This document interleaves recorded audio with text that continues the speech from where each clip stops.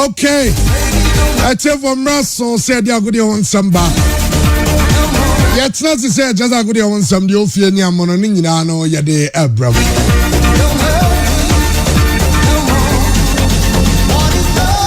Yes, sorry to my days was only 12:30. Now, son and Obabono.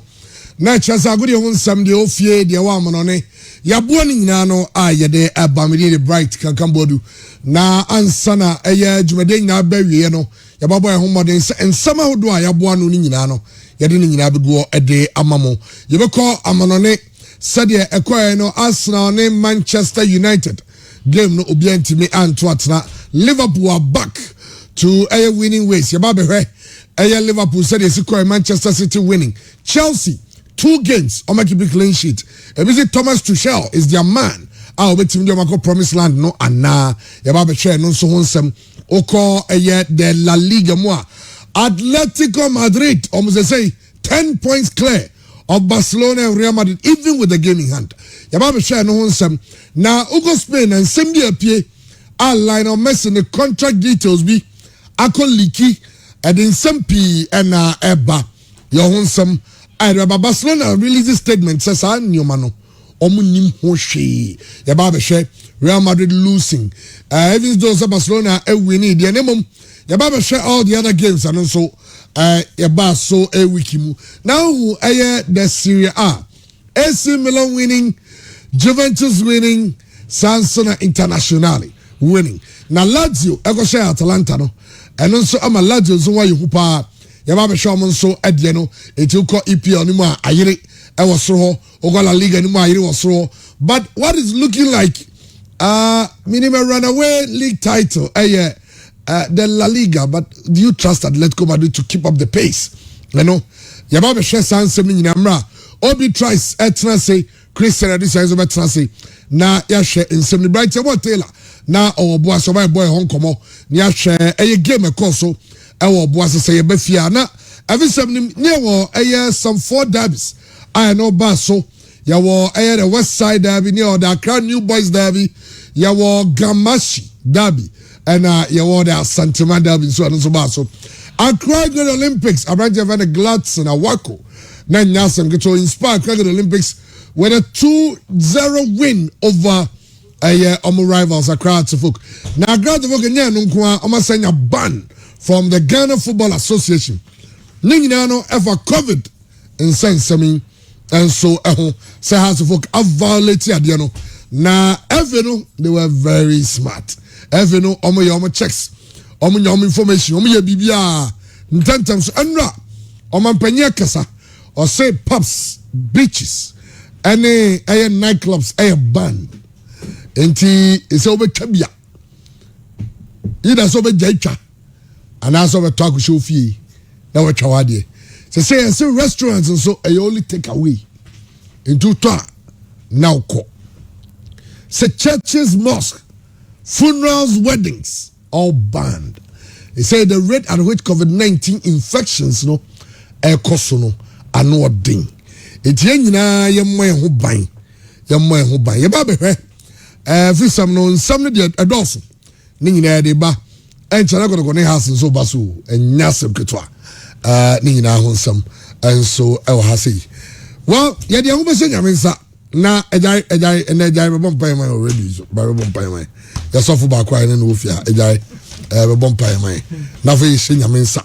Se na wo twa ye wrami Ochediampo ono antutu ya namonsi ye na de otamfo no be hye ni susu ye nyina no omani monitiri so ejai fiese nyamensa ya bompai wow stro eya utina bia na asase wo na so ntia so ena no penso ye de no nyama udin amen ye hwedwumadi ase wo nyame ajoba no nyame konkodim se wawrade be kan ye ho na wotwe mu de ye nanimu kan e ma ye ho masem ma ye nkunimudie wawrade se de wo ye ma ye nda no enenso kayen ho mayente wo ne mayente wo nka ne se na wotwi ekọ awiye pa yakasa wo awrade enwai enunyam nka so amaye di nkunim e wo nyame agya oba ne nyame konkon di mu amen amen amen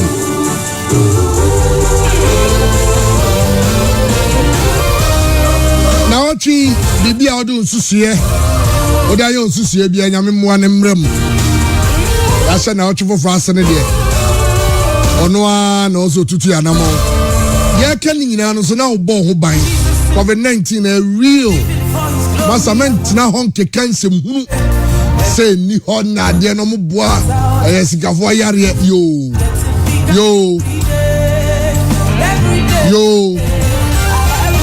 say your numbers no are crazy. You have more than 700 cases a day. Yeah, vaccine here go away. America grow young 1 year. UK phone 1 year and do yes. Yes, will be no vaccine. Yeah, there's so many will be young and Yamea, Drama, Costa Cram, and Job. Yes, a bon by. Sir, mask back here 1 Ghana city as a 2 city. Torn for Shen. On pen, upe grave. Asa, yo. I check for your comment on your back, and then 10 times so. I check out the non nubaba pemuno. Na and the sea form. Are you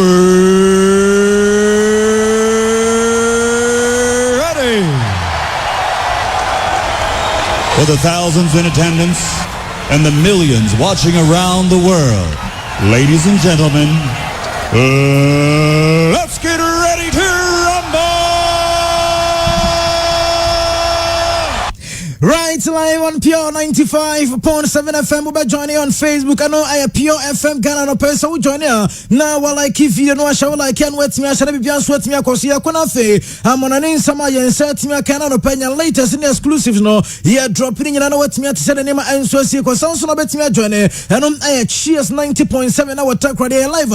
Bibia and sweat me. Demo come the tennis and some torso. Yeah, didn't you know and so bet media tuja. Welcome now, man. On your matches P and sweat me. Cause you over the weekend. Now say and our results ni be answered me by on ten. Now my main cause UPM ever the French Le Championnat. Bobo conference na te mon payer to na firma lens. He be trying to come you no mo sweat me team bako. Be to Olympic Marseille star René game no. And tinya nkoso na no mementa. Ya de munche mu ansu betimi de ba niama. E cause man pen for postpone this match no. Ya de home videos and pictures so betimi ba. Now we said nema ansu betimi akwa na no Sunday na say no game set me to dwane binie. OGC ni set na firma Saint-Étienne. He be trying to come back wantimi unjust na Fisher 3 Emma Nims Olympic at the Canberra Bra Breast team no and so tina firma Mexico shed 4-2 Mamin Fantu San Laurent PSG Ebone come and some PSG team let me team 2 our Frontier friends and name and the team bought 2 penalties when you 2 go Sadama PSG team no and team Penya friends and Mauricio Pochettino it's me Elusu Samachon and no air Deba Strabo got in a firma Rims Eba Shana Kaba Komusu Entimente and no Chili Latin Fisher Kama Kuba Diombo Kono Womus Entimente non set in a firma Monaco and so be trying to Academy Yanua, woman and sweat me a team Obako, woman fan to get a sofa table Lily Kai, woman aircraft 48 points Leon Tosmino, woman aircraft 46 points Samson of PSG, at Tosomi and with 40 and then 5 points, and a Monaco at Tosu and I, woman aircraft 42 points. Yadem the home some Edimamo Elson so, Wolfram Nadia France, Yanko PM answer with Germany, now young query German Bundesliga, match set me course over the weekend, now make us last Saturday no, FC Bamuntin Tina Fisher 4, Emma Hoffy and Bobo couldn't let me take Kanabako, a branch friends Jerome Boatin Sheko, Thomas Muller Sheko, Robert Lewandowski na Fesa Gnabry, wom ene timi sha 4 goals no, ene ma ba munchi bobo kono no chino, Borussia Dortmund bobo kono so tenafi, wom etimi sha 3, Emma club friends Uzbek at Kanbako, no e game etimi to yashan to sa branch, the dim Eddie Jordan Sancho, and sweat me enya Kobako, Julian Belen at tenafi wom ne club friends Munchen Glabad, obi am netimi sha Yonko e kapa Kobako, and watch Veda Bremen tenafi, wom esha ba kuma Schalke 04, wom sweat me sha ba Kabako, Leipzig at Tenafia 1, Emma Beno for Leverkusen team no, woman so intimate to Coron Tenafia,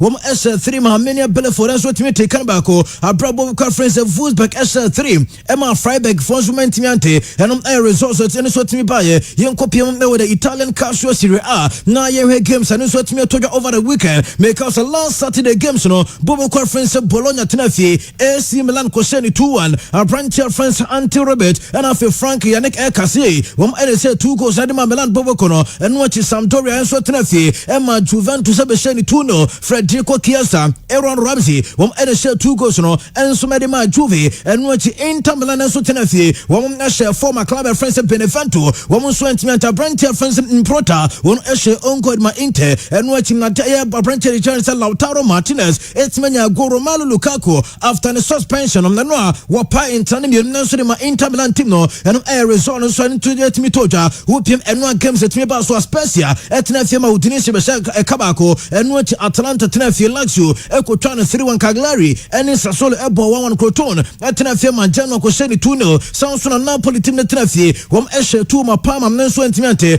Brantia France Politano once again etimi ehye go Roma eti Hellas Verona mnetimi bo 3-1 Brantia France Boja Moyara etimi ehye go Henrik Mkhitaryan enso mnetimi ehye go a bibia enso kwa so ma Roma team no enom match sanu so timi toja ya dim na honsem edema mu ewo so no so na UPM enso dem na eno ya Liga no La Liga Santander ni ma about games na enso timi toja last Saturday Club France Sevilla mnekwa away ekwachi eba boni 2-0 Lucas Ocampos and Brantia France na Jordan wom edetimi share 2 goals no na dem Sevilla team no eno ati Real Madrid team na tenafi Emma Club France Levante be share 2-1 tedie Madrid etenafi ma Levante ebe try 2-1 Marco Asensio na share first goal Edema Club France Real Madrid bobokono na Brantia France Morales Sabateka Emma Rocha bo second goal bibia enso timi ya kama Edema Club France Levante into once again they lose for Club France Real Madrid team no openye France Zidane no COVID-19 into game no wan kobi na assistant coach no and timi kobo sangwacha Brantia France tebo kotoa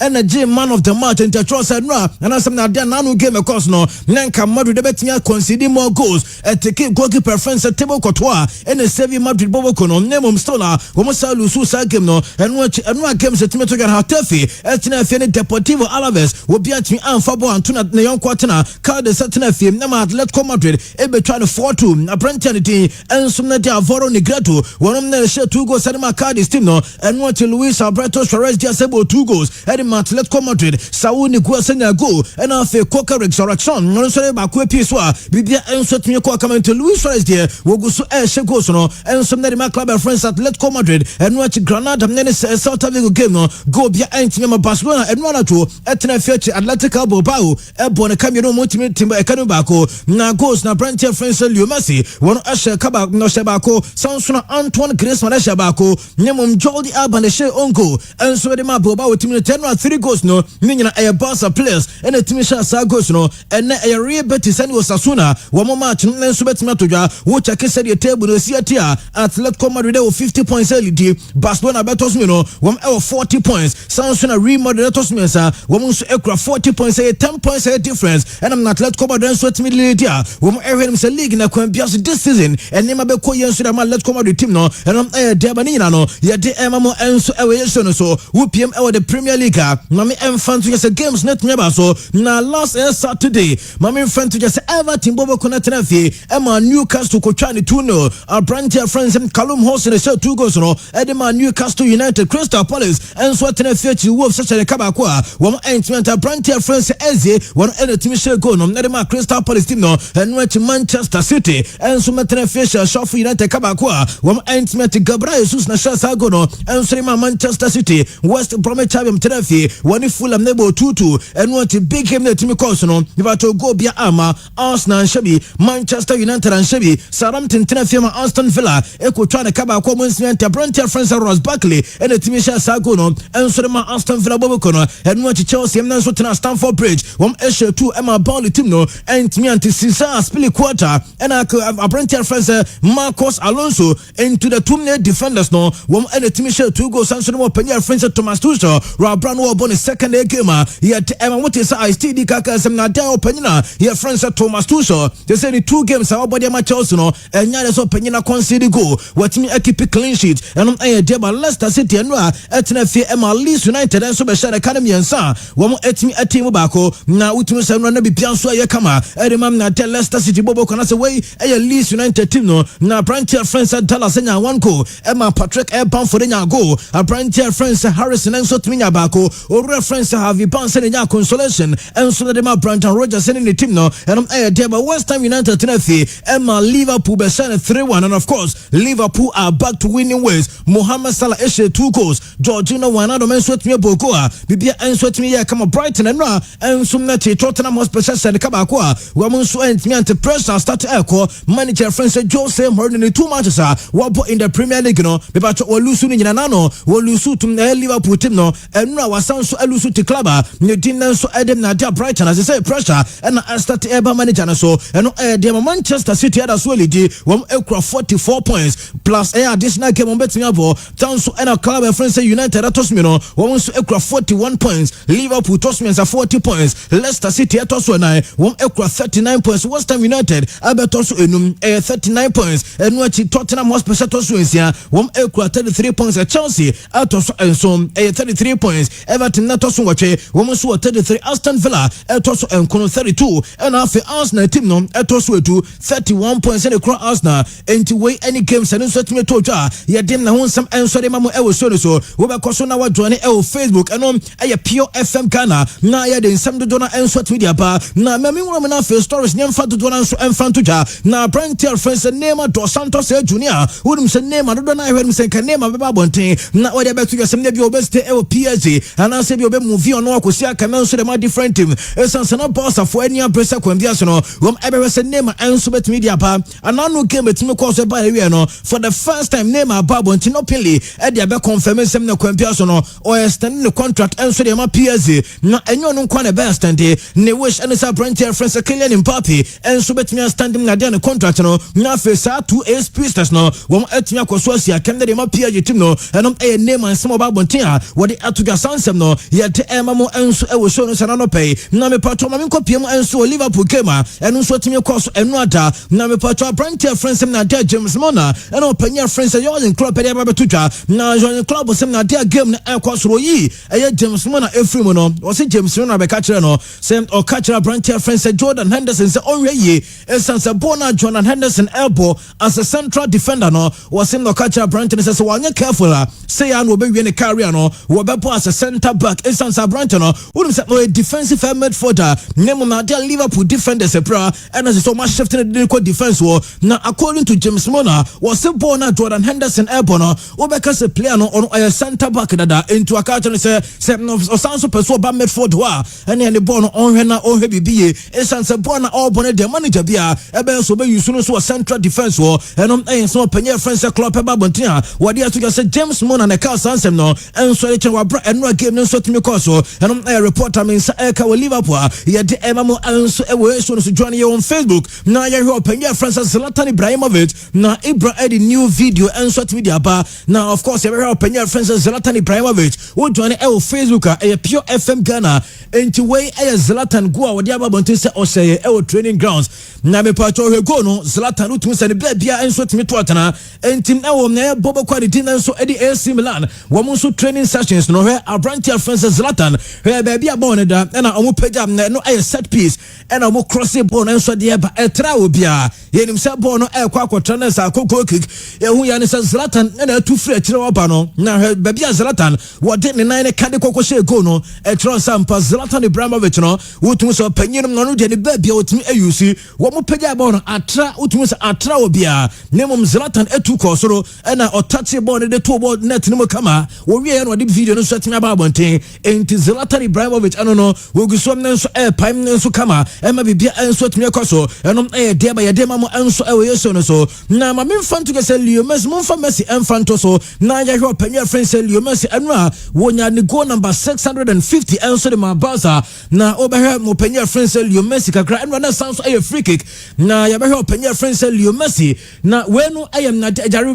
fa image ni di kan to na eno aya Brentier friend se na dia Leo Messi wenu ayam ne goals a ono so atimi a na dia ma Barca team no ansa na ya ba ne video ne so what you saying is already go na goal number 650 Edema Barca team no tumu sampa Leo Messi bibia enso kam wasanso classic goal and Denmark sam 650 goals no no bro free can so team beto on ma wotumu sa Atletico ba wo team no wo mo yes on be defend the ball no kama nemum technical Messi the ball no wo mo yes ball na kwa toneta esanso ni goal number 650 and na your penya friends Leo Messi no wonsam and I de to enso wo so no sanano pay na me patro yenko Leo Messi in sensem de so before say no Messi konya the game number na say the goal number 650 the ama Barca team no na before Messi the contract issues be enso media ba ni nyina na de lika enso team ba bonte tresa Brentier your friend say na Leo Messi no utum say Barca sika mo generate nyina no wo mo dini nyina na so de tua Leo Messi ka enti Messi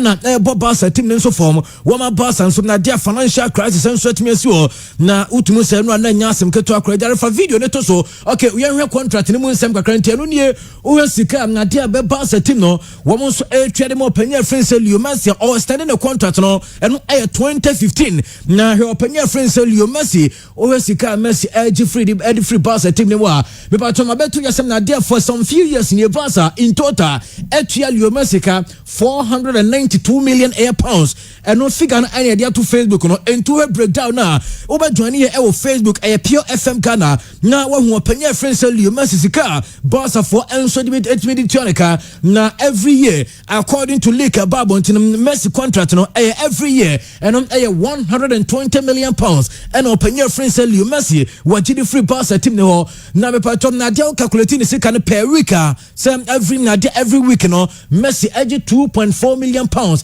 and Messi ɛgye every single day mepatɔ according to Messi na de ne leak na Babontin no mepatɔ sika no Messi ɛgye 337,000 pounds and Messi per a day ne nsatimika ɛwɔ Barca o per hour nurse every hour Messi clock him no 14,000 pounds and Messi ne nsa etimiaka every minute not just 1 minute me kasa ye be some minutes be de ho name Messi no every minute bia no 234 pounds and Leo Messi ne nsa timika na ya see ne wo Messi contract na join Facebook the tennis Messi no say na de loyalty bonus asan so ne contract ne mo say Barcelona team na say to loyalty bonus e de mo panye friend say Leo Messi eno 69 million pounds and Leo Messi Barca Bobo Konwo into the last time was signing a contract we are not just no 25th of November 2017 EBCN and I am not 4 years and Leo Messi and just our cash way and a free club and France Barcelona ho into breakdown and I'm the day a picture and so they are to Facebook so now what John and what said the name and so see a contract no e wo say be expire 30th of June 2021 into June 30th ne bana we ya Barca besan so atua 69 million pounds and the Leo Messi as loyalty bonus na me patro sansem we eba bonte no wotu sem na dia na pointing fingers and penform na se team no wo pointing fingers pi na ma men kona me fansem ni pi enfamra esansem na mran sansem we eba bonte no dodo na gidi se opanya friends Jose Maria Bartomeu opanyi we wono na eliki sa document na jaribe na official document no na se na we no aye contract na dia to so na wa hwene de nsem no so dia bana ni Come on, they say nay. Woman so panya friends said Bartomeu. One and a leaky some information where he said Leo Messi. One and a edge says he can see the free Barca or one also and a Messi signing a contract way. Na the opinion in Swababonte or say Sansem na air questioner. One onim hore. One and sit that same on Super League. Branch friends Leo Messi. Ne contract or this away and your professional. Same as a former team president. No, one so bet me leaking na dear team star player. Ube leaky any contract now say oh pitch against a team supporters. In Toronto, Bartomeu no was a Sansem and Yana Bartomeu so no was sending Leo Messi was sending a text message walk catch a message Sansem na air no and my Messi entering to say or no Bartomeu and I'm not so leaking high information way in Timano air diaba Sansem no yet didn't edema mo and so so to Barca and penny for diaba say and Yano Creta Sam Nana branch friends of opinion friends of Bartomeu was and Yano Crest or no and a leaky high information and so to me demand central for and no and a manager friends Ronald Koeman after another game no was on Okada at Barca team no nipa oliki some Messi contract no and penny for fishing out na omun second in free team no esan say adena nipa na ye no as nipa na person to me create enemy between Leo Messi and the club no esan say no flirt and yema pi na koso between branch friends Leo Messi and team Barcelona nti so be asade na asem no person to me create enemy between Messi na so any Barca team no and they toss me no Sydney Paul yes ade we no one we good Barca team na nimo ase number 2 we good Messi na nkasa nimo ase entono de obetimi aka ne 24 wo mo emfish say ni pakro out na omunso ntimi second no emfam free Barca team nimo na me patro ye hwe opanya friends Leo Messi reaction enra after so ball game ni we ya na sansem we enso timi kwaso enti join ye live on Facebook Pure FM Ghana na hwe opanya friends Leo Messi and of course after game now Messi e kofio no say o join live on Facebook ohe eye Messi awutumi sampa opanyi no enya happy Messi nani anjini ma nso timi course na ohe ensentro for stop Messi wa traffic mo na obia de ne camera so mo de microphones kokobusa Messi beba to ohe Messi no ohe nani mu dia awutumi so opanyi no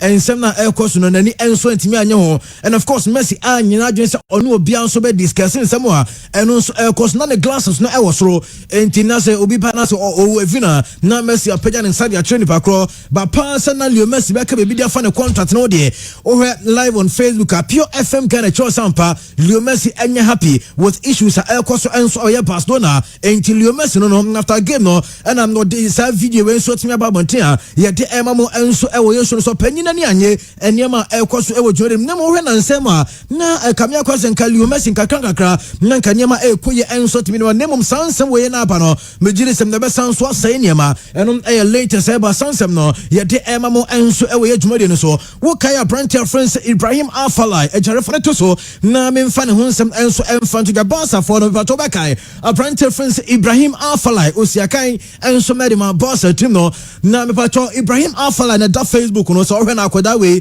osi so money Leo Messi mo na dodo na wogidi se wo panyi we so betunya ba na ball na Brantford friends Leo Messi elbow no wono so team ba so sino bibia so team ya kama nemum Ibrahim Afalai nyama anshada ankoya mfa mo na nra wa babo team at age 34 was some of the football enso team ba na wiye enom aya Brantford friends Ibrahim Afalai and I de na won some enso di tuja e wodwade no so na me ko Real Madrid bobo kuma panya friends Florentino Perez o se ebesi ene wonte air France national team no on team penifo ase since 2015 Karim Benzema emo French air national team adaya Brantford no wonom enso ene Brantford friends Martin Valbuena enso ekonya issue so blackmail no about the nude videos bi enti omo ema Brantford friends na no aya Brantford friends Karim Benzema emo national team no biem eno na Florentino Perez was say Oba Madrid team na Benzema represented the values of Real Madrid enti er wonwa sem na dia France aban omo to din efe no to din sem nyama elkoso no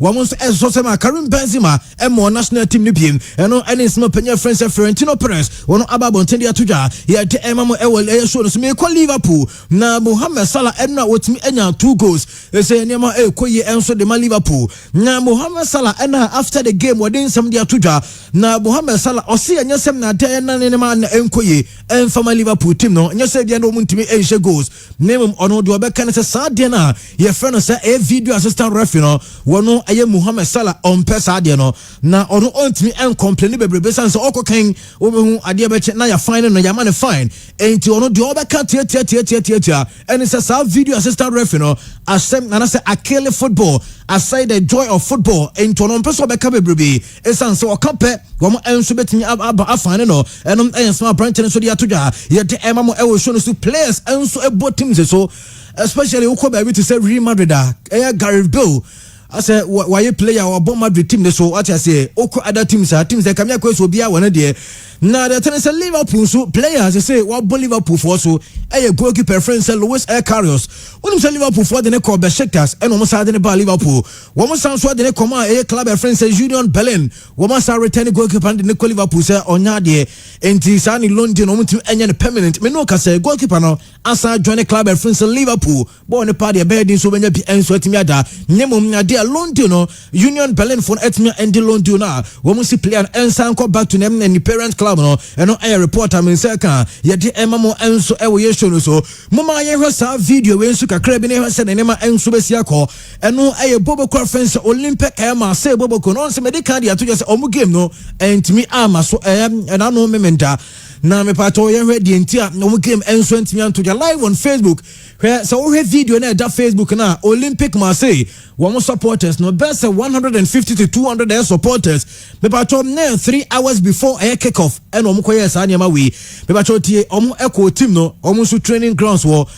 adaye omu echo protest team no enyama enkoye omu he league na omu bona players no omasa team penifo and sake the entire team entomoko na kombe fa so register omu protest eno nie na firecrackers bebrebe no mkokoto ye eniema pi no mkoye ensom ne wo their team training ground so this season about about 20 matches omkura 32 points Olympic Marseille elusu matches no mako ensia team no supporters ne say omo entiase de ekoso no e was say omo so etime register omo protest into here live on Facebook o video ni ade ato na ejapa and team no omo supporters enso echo training grounds wo omo say omo pamo players no omo anya de and of course penning form so lead team no omo so modem e wo form enti wo hwe de supporters no so koye ya utumu say ano den Olympic Marseille supporters no nkofo utumu so mani e papa eniama we enso team e so 3 hours before their game enti penning for a postpone omo match no game no enso entimi ankoso adaya omuso protest ade team ni say performance no e wo form e wo say bibia enso timi ya kama eno de piem enso e wo France na ora utun say omo ne no obi timi to bi na kura no what you say omo sign post no obi to na kura no omo tobo na omo san so to sa firecrackers ni bi enso de call team no omo ankasa training ground so na Olympic Marseille supporters no omo so kodi say adwuma we enti match no amaso na no mementa am penifo a postpone this game no eno report I mean say kana game no 8 p.m. about 5 p.m. na omo so etuchi team no enom kodi say bi sansem no we ya ama game no enso entimi anko so Olympic Marseille supporters no ase omo ya akoye bibi oho omo so ban nan say no enema enhyeda enkoyi omo so supporters no also omo so protest kakra editia team no enema enkoyi mfama club no na team a 32 points a otoso enkono de enkaye what I say about omo so da bi enema enkoyi then oh yes as na toso 10 mo de ne ye there is a penisa na mum penisa support bi akwa omo Olympic Marseille a big club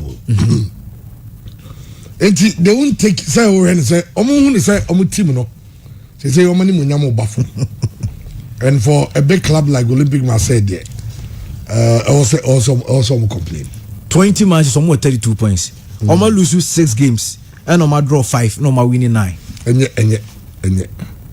enye any Arsenal supporters mo abutro omo mo UK omo abutre pa and Arsenal nya big team to Olympic Marseille as a bigger than Olympic Marseille na so some to do mo supporters so because say yam penisa by enko ye mawi SARS na no say the every team of the elite I don't know if we do boy I know big bizarre team of the elite who say ye basa any sadem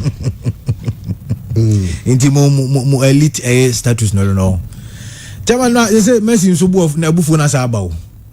The name of question Messi Bufunaba. The Messi Kwakubo game na the contract. More leaking the contract. If you say Batum, you but also senior. So open free team no Ashada. Especially destabilizing team no. And what this are leaking about because when player and sign a contract no. My entry details will be live on Facebook. Yeah, details no now Obi ne Christian also met us in here. Akwa jiska loyalty bonus nation no cross hey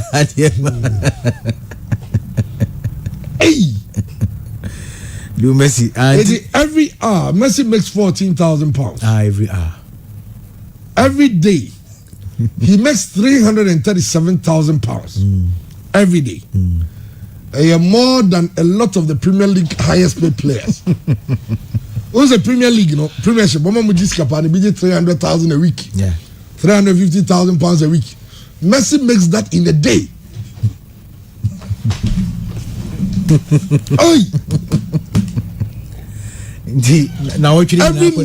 Every minute he makes £234. Every week he makes £2.4 million. They are missing $1 million there. What's your gym there? Obi Drice. Someone can come. Nah, Bogo there. We can come. Yeah, it was great. Yeah. Messi leaked contract details. And in some people, I'm Barcelona for any break. I'm the same about Bontin. I can say, I'm about investigation, and they will one bet on Omun Sako Keke. They will take you on. Remember, I'm running with you because of who's answer. Omo Basa for no, and a Basa a year of the Babantini. Basa for no, na Akako Bibia, Amana ISR. Basika Kwanijin. Sir Sika Messi no ono aso na beji says can. Emom scale the Messi. And your Messi obi any beji says can because even in Rakras or your more against Bilbao. Second half no one who see but it looks like say story Mundo for ye I'm motivating in the first half. You could see a lot of energy, a lot of movement, and of course a classic goal. The free kick. Yes, from Lionel free. Yes. The original pole was free. Obia free. Still. And next show say the Sikaya Omobobo see except for Tase Messi na beji. Na send your room on a them say nipa 9 and now groups of 4 and they want access to Messi contracts no. Messi now mu any agents or more copy. Barcelona bobo kuno eso e copy. La Liga bobo La Liga as the say Ghana ha if I say the Premier League board. Omo ewo copies of players or player bia contract so no almost Javier Tebas no so no almost a copy of Messi contract no and I'm say the old administration Bartomeu Jose Maria Bartomeu administration no almost our copies of the contract and of course current interim president Toket yes also our copy of sa contract way so me assure say of course next can nyina sa 555.23 million euros we na Messi budget of course there are variables involved because there was about 60% of all La Liga games are on all competitive games at Barcelona bebo Champions League no so was some call many was some winning La Liga winning Copa del Rey obi an say Barca and to me enya dia Barca bet to me agisa tournament winning the Copa del Rey and of course winning the world best ni nyina no e kabom and e bedru sam pempen so we bedru sam 555.23 million euros brand beje. And of course, a loyalty bonus of over 77 million euros. But of course, guaranteed, say, Obeje 138 million euros as in guarantee cash for every season. So, Obianim say, Yaria COVID-19 by so no, Obia player biat in the salary so. It's why will Mundo Deportivo? You say Mundo Deportivo there. Omone La Guardia. Omo newspapers are. Omo pese Juan Laporta. Ebesa be di jumedi no. Omo pe obi say Tony Fresher because Tony Fresher no. Jesus said no one is bigger than Barcelona. Mesqui and club. We are more than a club, and that's Messi crying. I just saw Bekwa onko. But Juan Laporta cry numbers no. O share the number of season ticket holders are. Otumi almost signatures now. It was well over 7,000. O share move for example Victor Font and Tony Fresher. Victor Font around 4,123 signatures and Tony Fresher Mr. Tony Fresher enya a little over 2,000 signatures. The overwhelming favorite for the 7th of March election say Yarewe and Tuasu and yet the Oyena most likely say Barcelona for ebenya new president in Juan Laporta. So I think Mundo Deportivo Nipo Liki story anymore mono pese or paint a picture of is Messi is the problem. Messi sika semno was rodo. But of course 70% of Barcelona for yearly budget and annual budget goes into wages and salary payments.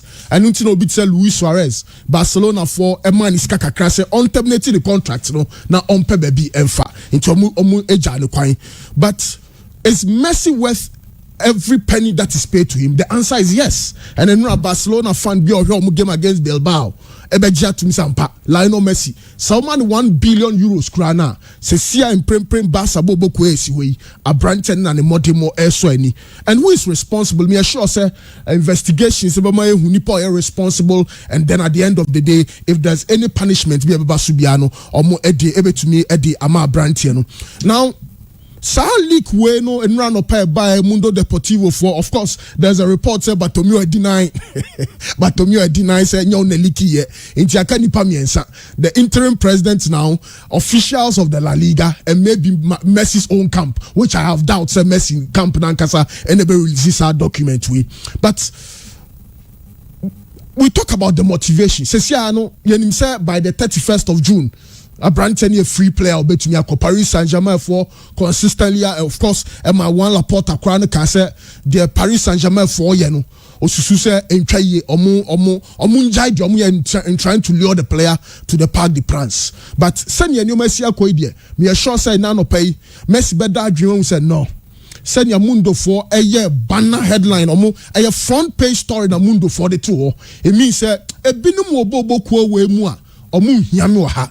And for Victor Font for Juan Laporte and now Juan Laporta omo pesa brantiano bet now of course Laporte crack say oni Messi atwetwen komama Messi akase say elections need to meet Barcelona term the end. That's why I have a problem, because the 29th of January initial election dates no more 7th of March. Maybe Barcelona for nyamre and planning be because you see Barca for card da hono 1.1 billion euros. 1.1 billion euros by the end of this year. Now was Barcelona for 700 million euros, because now in terms of interest no not just anymore. There are options at this material moment. Say Barcelona for to me a new president and anymore ya and kone omo Barcelona for the omo kanu or no betnasi. Now Omar restructure payments plan no as far as a cano ewosro and I cano. In fact, as far as even transfers quite concern no, Barcelona for the car 196 million euros in terms of player transfers. A move 40 cry Liverpool for Esika because Philip Coutinho Sika no Barca for Entia MVA. And I hear say by December crano now was a Barcelona for etumie pesikabi Ekoma banks because pressure no cost. And by the 30th of June this very year, Barcelona should be paying 266 million euros out of the total debt of 1.1 billion. Into Barcelona basically, even according to Victor Font, are bankrupt. Sikasamna e Basa. Ama eneno the corporate institution Barcelona. Yes, Barcelona is a football club, but omo antasa corporate Barcelona. For example, the Auditorium 1899, or more the Foundation Lounge, or more the Presidential Ante-Room, or more the Berlin Lounge, the grounds, or more pesa Camp Nou hono facilities kakra hono. On person come town be microphobi into a bedroom baby no. For example, the grandstand hall ne it me funny pa 800 no. Enquire Barcelona for dia. On beton mobi Barcelona museum spaces at the hall, restaurants hall, lounges hall. Barcelona Camp Nou nankasa ye corporate, a company on its owner. Also contribute to the financial running of the club. And so many bankers net nasi. No man to me and she sikani ye. Now Barcelona 1.1 billion and also Mutiamu 266 by the 30th of June, including Liverpool for Kano Mudi Omona. Now was a Barca ton assets kakra. Now se Barca ton assets nibia. Make a corporate Barcelona or more lounge, more restaurants, more facilities, be our company, or more tonwa.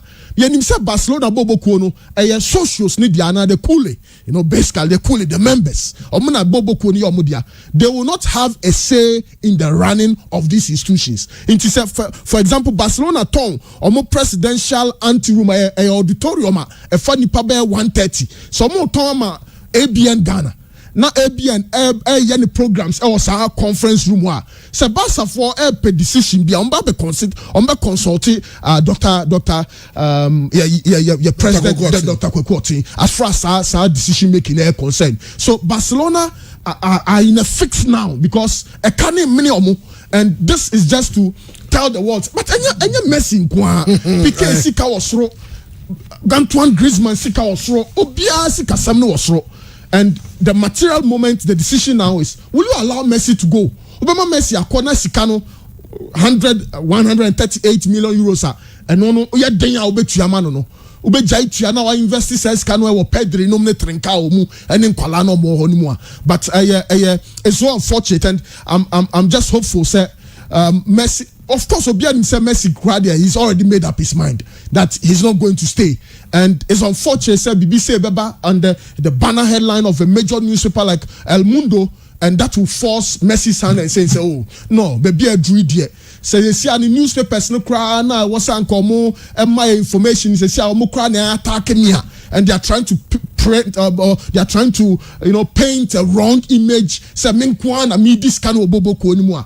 na be a bedroom pempenso bia na was say a Branton Efrio, which is most likely because elections no because I was say Barcelona started planning players by neighbor David Alaba will be an himself in Real Madrid situation no enya concrete or medical just to get an insurance say in case so bra obenya skabi and sad we free buy miniko or no David Alaba no cry train say Barcelona for be election because the options no mienu pe or see up either Barcelona or Real Madrid. Barca forced on election so media question 7th match in some the break so more ashray. But you know it was a good win and a Barcelona over Bilbao over the weekend. Subsequent days to give us clear picture about this whole situation about Lionel Messi. I tell you, Nelson some now be Eddie Ram. Christian, you should your course so wiki muso or leaks mana over the Messi did not get to Eddie. Okay, yeah. Chama, they are not having say when a person will be looking bad. Dear kind of how much he's earning, yeah. But we are not talking about how much he's bringing. Yeah.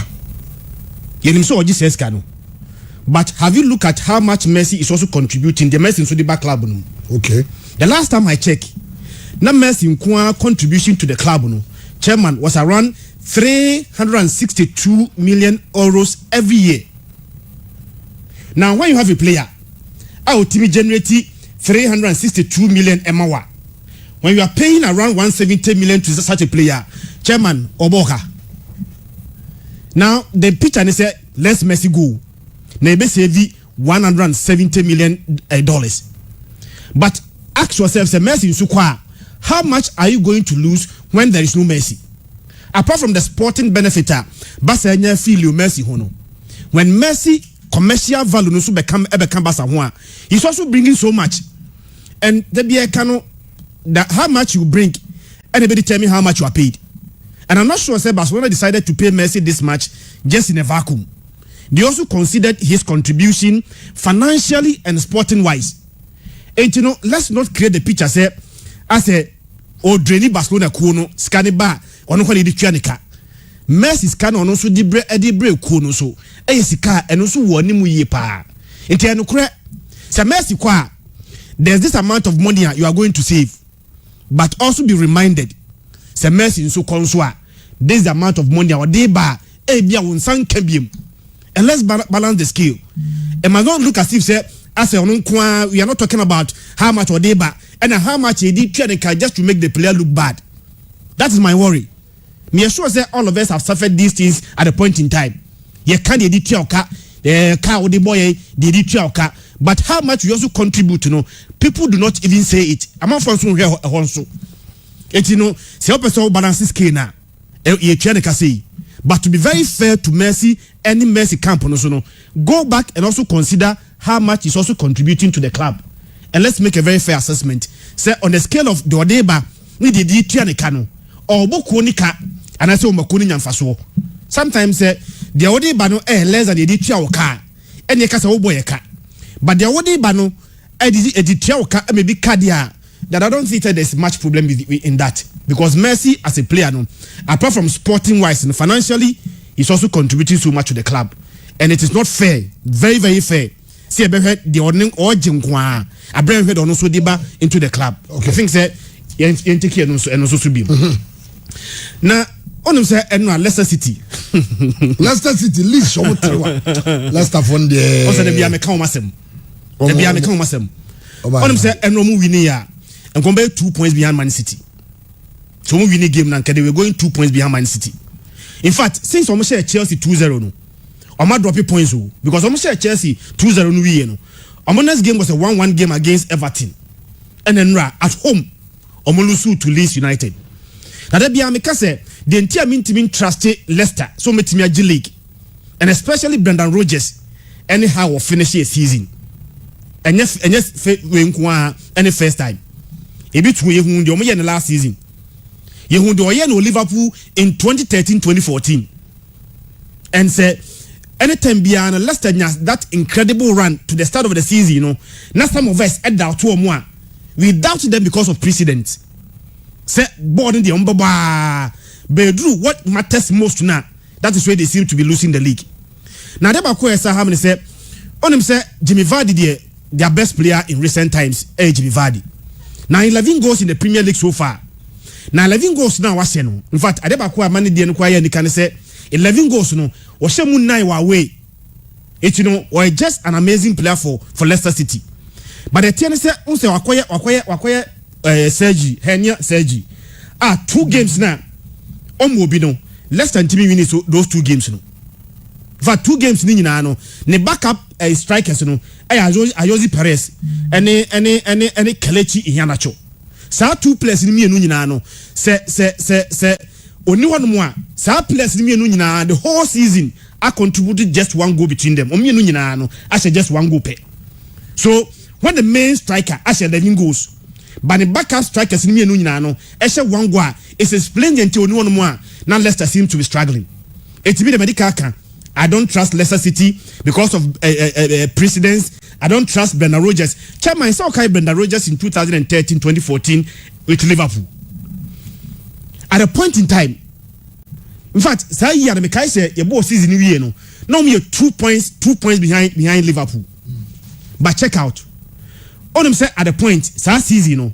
Omo call 11 games no. Omo win 11 games ni nyina 11 games. Say 11 games no win here no. Matches are not included those 11 games no. Chairman, it will amaze you. Mekai pass 2013-2014 Liverpool in those 11 games no. Almost share Arsenal 5-1. Mekai say almost share Man City 3-2. Mekai almost share Tottenham Hotspur 5-0 or White Hart Lane. Those 11 games no. Almost share Manchester United 3-0. 11 games. Only those 11 games, no. Okay. Time in the League, no. 2013, the final 3 matches. 3 matches. In fact, sir, only Chelsea bobona Gia Deslepu yen. The last 3 games, Ombanaka 2 games, no more season. At that point, we need some match now. Naka they were going 6 points ahead of Man City. Because that Man City, them way. To normally do Man City 3. Omu win like Omuko 6 points. And Omu win here, Omulusu sa game, no. And a Man City win Omu game the next day, no. Emma points in the bay pay. Even at that time, no, not going to beat Massage League, no, because on Man City, no, all the same points. Chairman, their next game was against Crystal Palace, Brendan Rodgers. 55 minutes, no lead Crystal Palace 3-0. Naka 1 game pro near season, no. On Man City, all the same points. Or against Crystal Palace, 55 minutes, they were leading Crystal Palace by 3-0. He win about 3-3. Yeah, about 3-3. Mekai some catch us last season after 17 matches. Now when Liverpool pre-league no. You bought 17 matches last season no. Chairman we league now 17 matches no. Na only second to Liverpool. And only just 10 points behind Liverpool, but only second. But the last 17 games of the season no Mulusu title no. Yeah we no at the point no we just 10 points behind Liverpool no. Yeah we season no. Now only 37 points behind Liverpool. On 17 matches, no first 17, no me 10 points behind Liverpool. After 38 games, no me 37 points behind Liverpool. So I'm then there. I have Brendan Rodgers buy. How he started the league, you know, is so amazing. But the finishing of the season, you know, has always been the problem. How do you beat Chelsea? The next game at home, you lose to Leeds United. How? How do you explain this? To me, the debut answer because we need believe in Brendan Rodgers. And it was to be a league now. It is based on precedence. Okay, I'm sure how the Premier League table, how is it here? And how the teams are doing. Manchester United, now I'm going to say, league in India, we are the first 18 or 17 teams. If I see any Sheffield, Google as you. But Manchester City are leading the table with our team 3 points. Obi, 3 points with a game in hand. Yeah. I'm not worried about Leicester. We are Leicester there. Difference between Leicester. No. The Leicester point is not where they are lying. Okay, about Brendan Rodgers' consistency. Oh, as a coach. As a coach. All consistency. No. Still all consistency. No, Okase. Brendan Rodgers, Brendan Rodgers, you'll be no personally doesn't trust Brendan Rodgers to keep up the pace. Everton lose Obi matter. First lose back to back. Oti asem na still. Asem e kan nye what you see personally he doesn't trust Brendan Rodgers. And one more reasons why because he lost to Leicester. And Brendan Rodgers now. I have to Brendan Rodgers. The ends were justified. So this season, Brendan Rodgers, in the top 4. Then Brendan Rodgers himself would have rewritten what he has printed for himself. But whichever way, Manchester United, 3 points behind Manchester City. Manchester City were 1 game in hand, and if they should win that game, it means Manchester City will go 6 points clear of the table. While Ushema Chelsea at the 7th, Arsenal better be they're that 10th for now.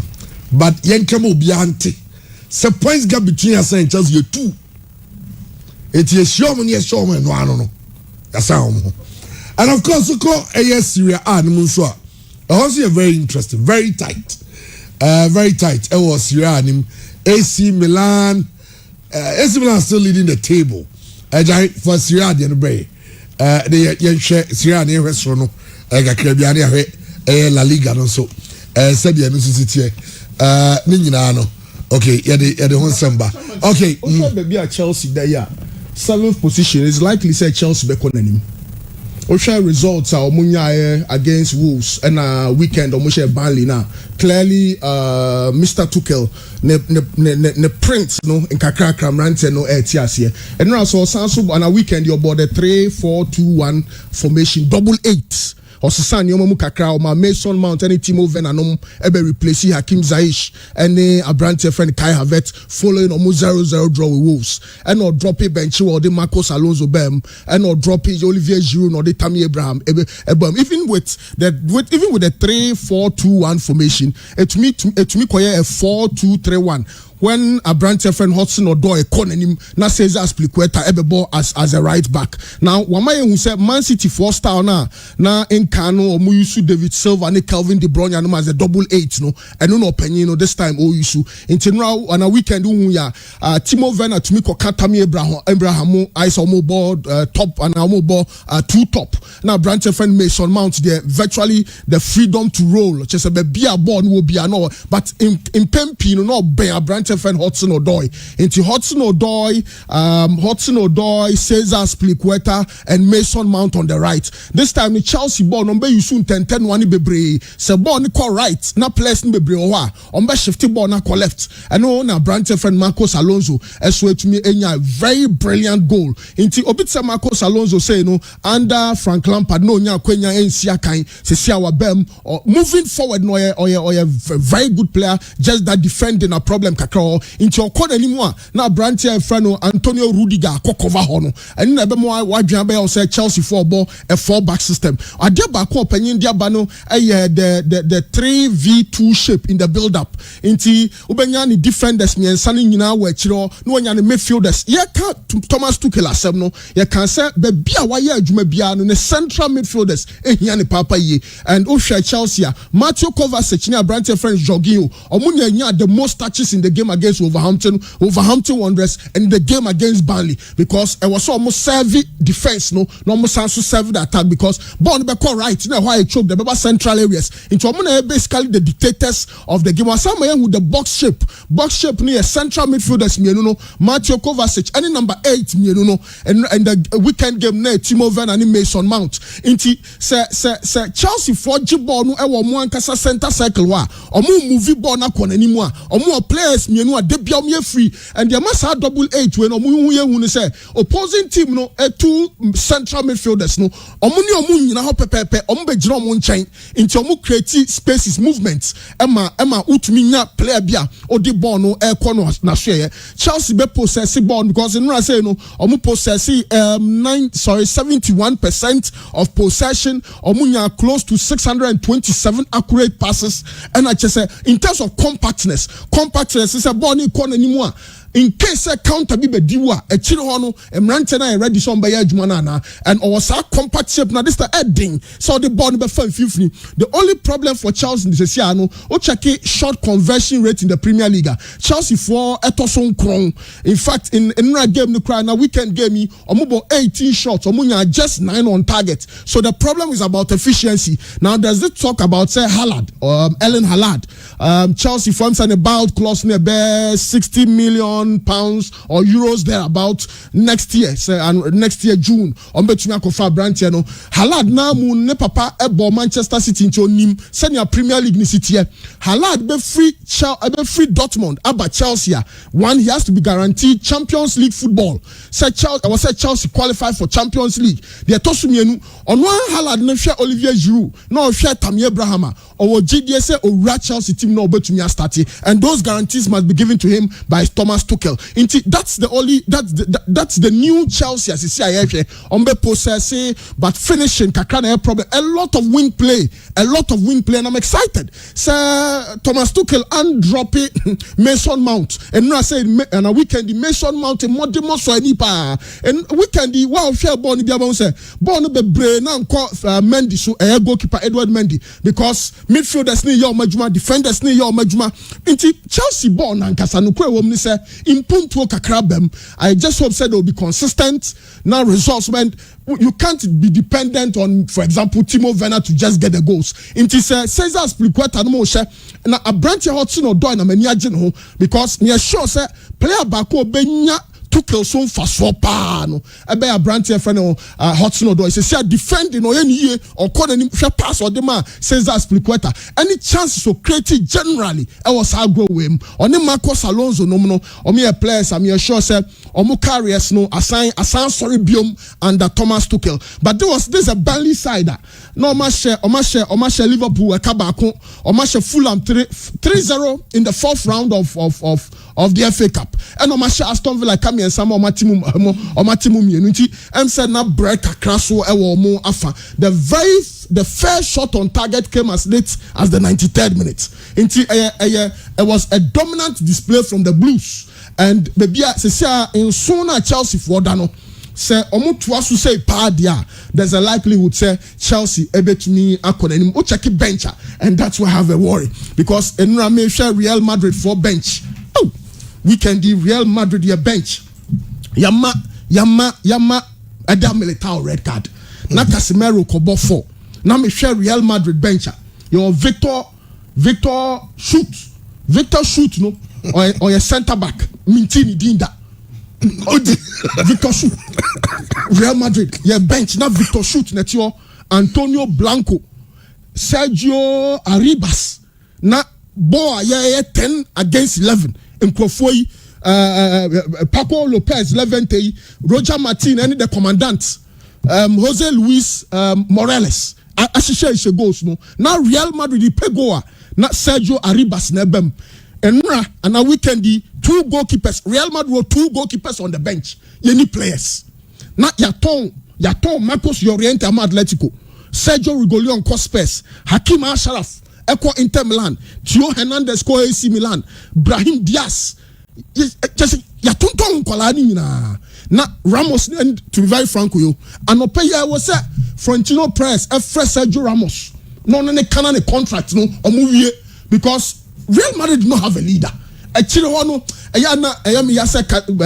Varane is one of my favorite players. But just Echirono Bibianco so or ye Casemiro Quechirono na ye lusu your usual dominance ewo central midfielder. Na Karim Benzema that de biano you need an social obetumi goals no. Of course, Marco Asensio form ni ye Eden Hazard in a weekend 10 against 11 into Yenshede who Hazard ye because before the game before this encounter now Hazard was simply fantastic. Okay. Already in 21 games in all competitions this season, Real Madrid they lose 8. And they have many say now your home form ni your last 5 home games in all competition no. Now Real Madrid they winning into Levante and Casano omo ye team wa omo ne uba besia omo moral bia man Casano nya de nsusa I know they and they are so inconsistent. In fact we can be your best player na Thibaut Courtois into panyimfo no hwe nyoma bi ye nya player bia ne ton no Real Madrid aton nya Real Madrid bench me Chelsea bench Pulisic to bench Ziyech to bench she players are na good Chelsea bench omone Bali na Real Madrid bench Victor Hout na sa Victor shoot ono no say ono bo 5 isu ye here defender coach anya gidie won mu kwa afana ma your bench no your problem okay I disappointing say I'm say this season there be call trophyless enti me fan is why you to say trophyless oh yes you bet me call first now we are confidence the Champions League there oh yeah the Champions League Atlanta lose weekend yo Lazio go yeah but mini GDA okay National Sports Authority and the Ghana Football Association should ensure compliance with a 25% capacity rule in our stadia, with spectators respecting the social distancing rule and wearing a mask. Okay, Obi, oheba free da kwazo chao. Osrogra, ze remedy ne de one banner. Abi waja tumza trophyless. Na adia because the Ghana Football Association were smart. Chris Owen. Yeah, me. Hearts of a game was on Saturday evening. Na Sunday morning, reports have been say, Omunya hints me from Jubilee House the president is not happy with how Anyome called stadium because it was live on TV. And no, Emma Evan was swift. Never in the statement where they let away my hearts of folk. Almost a violation of the approved GFA matchday COVID-19 protocols. Now, Evan as someone can say, and Yamra's second paragraph, no, I say reference is also made to the recent held meeting on Wednesday, January 20, 2021, between the association and both the chief executive officers and safety and security officers of clubs on the subject of the strict adherence of the GFA matchday COVID-19 protocols and sanctions for breaches. The out of work some I catch on you say, Omo kai say yes, Omo share teams in share. Niobia CEO, Niobia safety and security officers ever covered no. Na GFA in some Kenyom so one. The GFA condemns without any reservations the violations of the GFA matchday protocols that took place at the Accra Stadium despite the plans put in place. 2.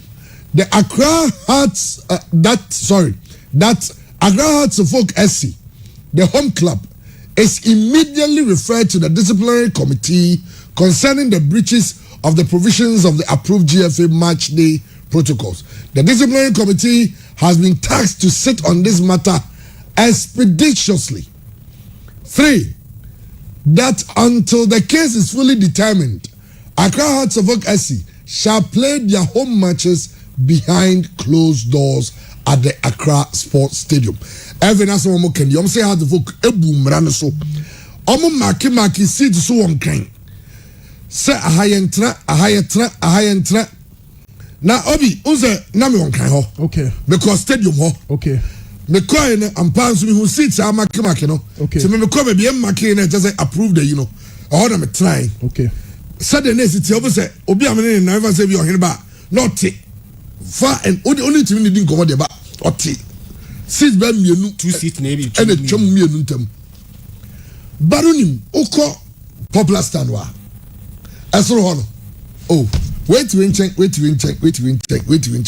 even at the VIP say no mo ye no say no mo ye no say baby e dey tape na mark X no or whichever way I see was like times was a plus you don't sit on that to tna de ye jatum no obviously hard to get this amran so and then even penny for them so much so mo penny wa obeto stadium nim and even na promise assure ban say obeyes obedi sa adwuma no e de ama omampanyi eti on be strict and omampanyi ebo omabaso okase every in sports ministry ni hwe say ye betimi adhere to sa COVID-19 protocols no Prosperous Nado General Secretary of the Ghana Football Association Wakasa Ediafa Hearts of Folk ban. Look, every stadium no seating capacity no yenim. A whole ticket 25% pepe na ye printing. Into a ban is na oko VIP or VIP na yama. It means will be at the stadium no as allow people who are not supposed to be at the VIP area to come to the VIP area. And at the Accra Sports Stadium, I had to go. The General Secretary of the DFE, Namidini Pelko. Why should it come like that? Who only Accra Sports Stadium? The Dia or Moton Chitingano. That is the boundary between the popular stand and then the VIP. Nipa da senior Kojina on our way gate. Obi our top popular stand ticket. Now our way gate na man. No for VIP. To call VIP area, no, even though your market seats, no, people, Nipa no abro 25%. In fact, to be truthful, no, it was like a normal day. There was no restriction. Why should it come like that? Because I saw them. I have pictures of them. Our marginal gate are allowing people who are not supposed to come to the VIP side coming to the VIP side. Obi our the popular stand. Popular stand to space for Hobby. Now I said about VIP area. Now Nipa that any are allowed now about. I had to go and fight. I had to go and force for the main gate to be closed. Even after forcing the main gate to close, they still opened the side gate and they were allowing people in. I had to go back and fight with club officials. Why? In this COVID time, why should we do that? So we will not sit down and allow any person. If the clubs will not take action against their own people, we will take decisions against the club. And this goes for all the clubs. It goes for all the clubs.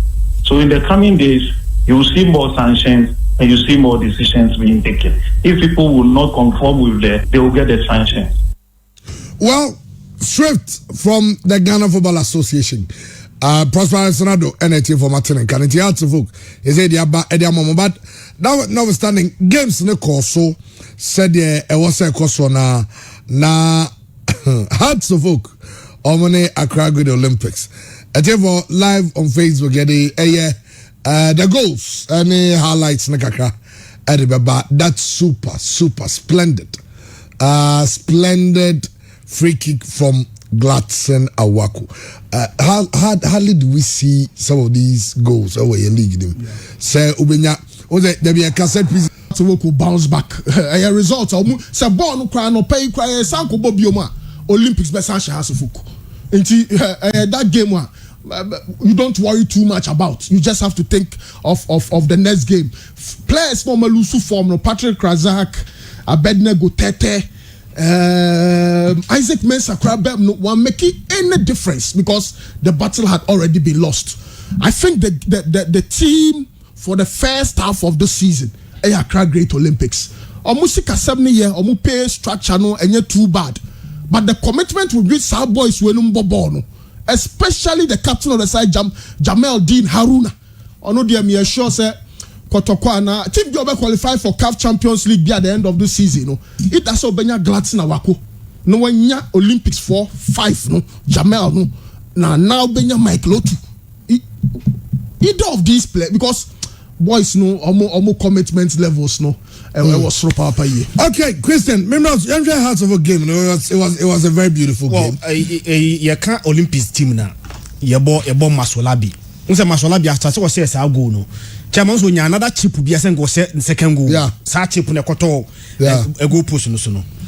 But enter key a minute na hwe Olympics for left back no. Sa say bon so no. That's a good player. Amazing player. That is a good player. As you can't glass na waku. Near kind of offensive players no. But that small boy, and I think he's just 19 years.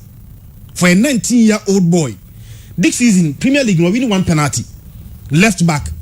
So amazing. Any the way, with timid confidence, able ball. When he needs to. I'm internalize that. In fact, I'm going to internalize. So, I'm the 17th on the league table. Yeah. I share other results, and also, by remember BYT Abo in Kobakaka from Obuasi, because no Ashanti Gold, any Asante Gorogo, Asante Man Derby, and also Ebaso. And you know, since on the west side, there be Karela, Eshemidiama by 2-0. There was Itel and Equamboating. And the shares are goals, no. Internalize goals, no, continues. Emra Omotenefie Elusi by a goal to Legon Cities. Is it Legon Cities? And so Basropa Soga Kope. Wafa, is it Wafa for say? Om dey be say year bi om demolish exercise. Om bubu obi e pre-plan just say na who of Fadie no or say annual of Sogakope demolition report card. Or live on Facebook and a down 2015 almost as that gets 4-1. 2016 almost as that gets 5 years as that gets nobody 2017 almost had to 5-0. 2018 almost Dreams 5-0. 2020 Ice Gold 6-1. And 2021 almost actually Liberty 5-0. And when they course so Crowley Adam had a brace. Marvin Osune Samson Japan and so Shemienu and Augustin Boache and so the Bakoka Eka home. Elmina Sharks any Dreams FC game no be a shenyon kweka mienu ewo eye Elmina Doma the other stars never went to me win the game no omo any drops about 2-2 now Bechem game no Bechem Asha 3-1 coach Ignatius was in the news for all sort of reasons before we saw Ignatius we saw igniting come Ebusano say so go did the referee to say rather referee the didi na tem edidi ni ma mi nyina atem I know the man on to bufu ya e go fan sempi en so e buy no well Kim Faisal chire ho de nyame ni nukure ni omo defense ndi goes in omo shipping no but they won by 4-3. Kim Faisal Kwampe scored a penalty if I say a brace or and Frimpong Boateng. Kwampe Bra had a hat-trick. Jake so Adarma, you know, the brace. Kwampe Bra scored a penalty and that was actually 2 goals. So that's a hat-trick for Kwampe Bra. And Frimpong Boateng as I said the other goal and 3 goals. So Stephen Amankona and so she go na Paul Leje so share. So now this is how the table looks like. The Ghana Premier League table. Saying it here, Kaila and the leading league table with 21 points. Kaila. But when you say Ghana, your league, your 2 points go out from a possible 33. So a possible 33, they have 21. In the league, the table is almost so. Kaila FC 18, almost 21 points. Bechem our 19. Watford Tosumi and some 18. Agragan Olympics Tosun 18. Asgo Tosun 17. 6. Adriana Star with 17. Santiago was 7th with 17. Hardvook 8th with 16.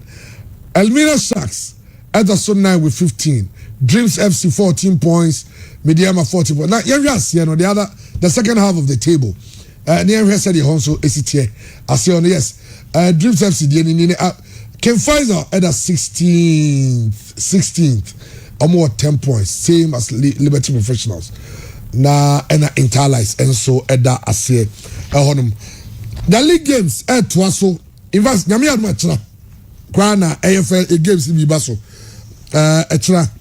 What is Olympics Lake Kim Faisal ni echna. Olympics Lake Kim Faisal game ni Nyami Admachna. Now on Wednesday.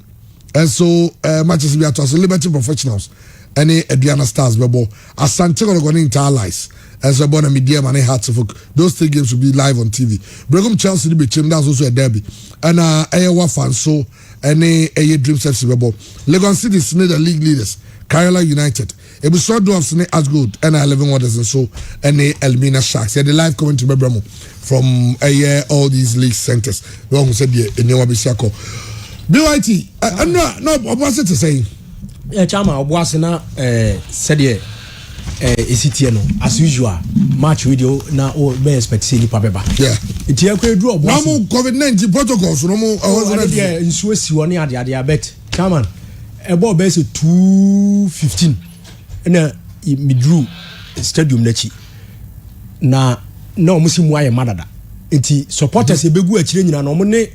Omo mo gate no ene wa wunu mo boase said o mu city kikiri ken ya go support ya de say so nko allow supporters na no mo wa akire ni so mo meguma enti amane affect ye media for na yesoso ye wo ho no because o mo bie say emra omo maka nyina be suma ye de aba be wura park nti ye chepa na ye wura park nko na ye pia ball na ne sa na ye timi koko wura mu so e wo ho no na chairman eno a 2 teams no omo ball no na meka say dindon ba come here say second half no kotoko ba mu kakra ana has go do so abrante ba ko omkofa no free Elizabeth FC Ebuakwa second division player Azikopo Kwajman that tall guy no and now make us with Diaz good team ni hwamo kakra 1 or 2 chances bia no yeah as good as Santiago game no so highlights no yeah they are so at live on Facebook TT for with me and also no sanka utimi eye bibi ma as good but ni nyina no na minim say inexperience so kan ho dia because say this season in the first season say wanya goals dey say o match ba kokora obo brace e wo obo ase ama say kura no ye benche Hans Kofi e mo no nebo ba enu ano na ne na ho keka no e wo form kakra enu aso Fabio Gama so di agro o ma brante wa go tv o ma kwadwa amako o twe no ma ne tv first half na imoro de ball ne ma sa there was a incident na me re o twe no ma ne tv mo Chris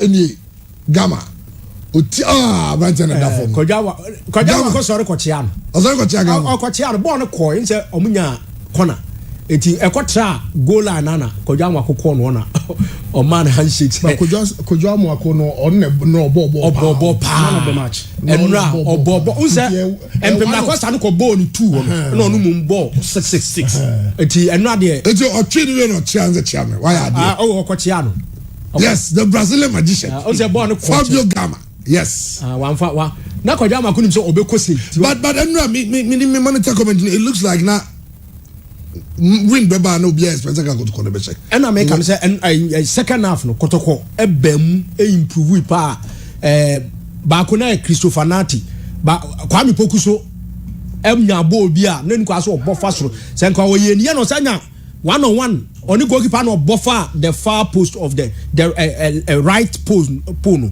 and a far goal post na nim kotra goal line no and ho de no obi anim se ball na hye Kwame Poku said the ositie ne 1-on-1 situations oni keepers bi anya wo de ball ato atena mu a nanka expectation no obi anim se ball na hye ansa be ehu yan se ball na tra goal anti no a and over about 24 years na fe na two teams na bo goalless draw league e wo boase okay since September 1996 1st September 96 enya dia league match goalless aba wo boase bi and no a mo kire se o se obi ade goalless enso ekonu enifie e ma supporters obi aso nya no ntiase na man for so the pressure ma referee no both sides we say hey referee boy also oje kotokofo so say hey referee penalty also oje nti na no so disturb game no kakra but okay well Christian na Mr. Christian say the last time Olympics I share kotokone has me no nyina first round 1999 ni nyina so Charles Taylor na say 1999 man Charles Taylor ba ko no kotoko home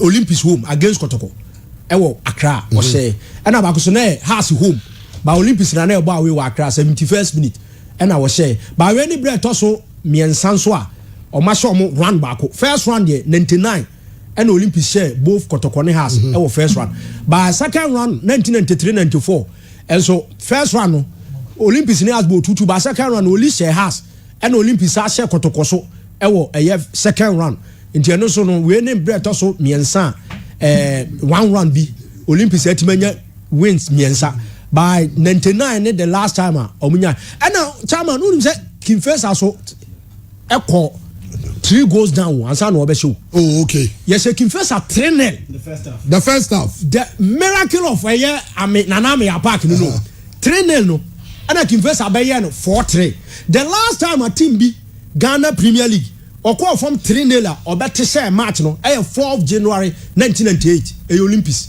e wo boase as good then go face now mark for coach Ibrahim Sunday as a coach 98 after so mo pamo hebetado o man timi anye Champions League 97 no kikiri panyai pai na oli eda from 3 ti e be go first half na oli 3 baako okay and a 3-1 Bill Sule and am say second half from be tete share 4-3 but the man down so no say na no Olympics away match okay but when the Kim Face and the only no e was so kakra say against Agoda no a G League no 3 times all right but Kokos share no for BYT okay now Ukaba Liberty quick one yene Isaac Dogbe ebe chinkobo ewo ha na me say what Liberty for last 3 matches enko you So almost lose. I saw almost 5 last season. Baby, I'm going 5. No, we knew last season. No, we knew was so. I'm going to say. Abu boy. Iniesta. Mubarak Iniesta. And the last 3 games na ebano. Chairman for Liberty and what they've done and contribution to Ghana football no. So omanye very careful. And the last 3 games you know and save you season na. One shall know Liberty because relegation. Because the last 3 games after say omo lose 5-0 to Wafa Enra before Enra game no. Not Dream says ya show 4-1. It Dream show 4-1. And then omo kwaje 5. Before say Dreams ebe show 4-1 no. Now my tenefi ama draft abeshon by 2-1, which means the last 3 games are Liberty professionals abono. Chairman, omo lose 3 games ni nyina. 3 games no omo lose no. Omo concede 11 in those 3 games. Actually only 2 goals in those 3 games. Now there one say this season games na eboni nyina no. Omo boy 11 games. Chairman 11 games you know. Liberty actually only 8 goals. I concede 17. There are only say Upe teams are considered more in the Premier League now. Only Kim Pfizer are considered more goals than Liberty. Kim Pfizer are considered 21. Liberty are considered 21. And given that only Kim Pfizer and Liberty. Upe Liberty problem now. Chairman say you kwasa okochiri. A player exodus. Because season here a chairman say no. Upe players are na ebwa Liberty professionals are. Then Michael Ampadu ko Eco Legon Cities. And a Cheba for Awuchi. Say Awuchi na. Awuchi na. I think Awuchi ko Tunisia. Last season Awuchi na nkasa 8 goals. Well, okay. No matter Awuchi man ko. And Mubarak Iniesta scored 5 goals and provided 8 assists. Okay. That place with the net driving Liberty team na. Place na atom momoko. And that's why they seem to be struggling. Oman say this season dia abrabon body relegation ho abrabona. Okay. All right. Great Vasio na Obi yenya Isaac the Royal Storm Dogbe ewa hase yenne twinkomo de wakwa de bia be kai fa no pa no Zion Isaac Zion Dogbe Obi yenne twinkomo Zion, our last fight was against Chris Avalos. No, we need Kama having lost to Emmanuel Navarrete back to back. How was that win? To at least getting back to winning ways. How important was that win for you? I mean, that was a very long-awaited ring return and a long-awaited comeback fight. But I mean, it was a good win. Yeah, and it was a good time as well. Okay. Being out of the ring for about, I think, almost 14 months or so. Yeah. So it was a good win. Wow. Isaac Zion Dogbe, super bantamweight, featherweight boxer. Just say Ghana had ye can mranti more demo so any boxing more yard. 23 wins, 23 fights, 21 wins, 2 losses, 15 via knockout and 6 via unanimous decision. Himself went to Raj there in PMP papa e ka ho na me hu papa wa around na. Debbie. Okay. Debbie. No, yet is problems kakra ho no papa ntem challenges be ana sansem no nte. Me there me say because me ko baby me ko jina baby and say me nim papa problems over in time. Right now my only focus is looking into the future. And what's in the future? What's in the future is Rising Star Africa Promotions. Okay, Rising Africa Promotions. Rising Star Promotions. Africa Promotions. And what you're saying? Rising Star Africa Promotions. I know my company. We used to promote boxing shows here in Ghana. Okay. And right now, what I have done is put together as moving forward into the future.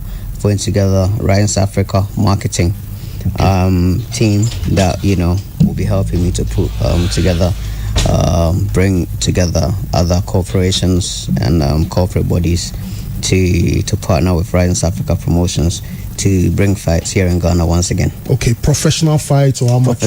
Professional boxing contest. Oh, so you're moving to the area of promotions now? I'm already a promoter. I'm a promoter. So fighter, you've left Top Rank? No, I am with Top Rank. Top Rank are my international promoters. Okay. So what it is we have a co-promotional venture. Okay. They have 50% stake in me, and I have 50% stake in me. Okay. So they don't take the full cost. No, they don't take full. They don't have full control over full rights. Exactly. So when in terms of decision making, I have a say in my own career and in my own life as well. Okay, great. So what's the plan? What are the first steps for this great initiative from your end? Right now, Rise Africa Promotions, like I said, we are open for business. Okay. We're looking towards other people to, corporate bodies, individuals, whoever, to get on board, and so we can fight together. And promote boxing shows. Okay. And specifically Kumasi, what's the interest in Kumasi? I haven't fought in Kumasi before. Wow, it would be great to have you in Kumasi, like for example, the Babara Sports Stadium. Exactly. We actually spoke about it briefly. When I was here, when I was invited by Otumfo himself, and it is something that I am really excited about, and I'm looking forward to. In my heart, I feel I have served my father. I've served my fatherland. It's now time for me to serve my motherland. Okay, this is where I grew up in. Oh, in Kumasi, you grew up in Kumasi. Kote Didiako. Kote. Wow. Okay, that's his neighborhood. Wow. Okay. Have you been there since you? Yeah. I mean, every time in Kumasi, that's where I met. Wow. And I went to. And I say we are in foul. Dear will be was here. Oh, nice. No, but I have this thing about boxing. I don't know whether you have plans to do something around it. Looking at bringing some of these young guys, generating interest in the youth. Do you have any plans to do that? Of course, in the near future. As at now, like I said, once Rise Africa Promotions are able to establish themselves and put on shows, it will also bring people who are more or less capable to supporting that idea. I have an idea of setting up a foundation, and how we're going to do that. We need people to support the whole the whole idea. So wherever I feel that there's a way, there's a will, there's always a way. It's all about, I see young people who are strong. There are strong men, strong women, here, not just in Kumasi but around Ghana. And I feel that boxing, the way I see it, is a disciplined sport. It's not just a sport for the underprivileged. Okay. It's a sport that everybody can enjoy. Yeah. Both from the high and mighty to the working class. Okay. So my upbringing, I came from a working class family. Okay. But like I always say, I don't end a family. What I say, and it has put me in the position that I'm in today. So how did you get into boxing in the first? Because I know that if you're a Kumasi boy, like you call yourself, boxing is not seen as a Kumasi thing.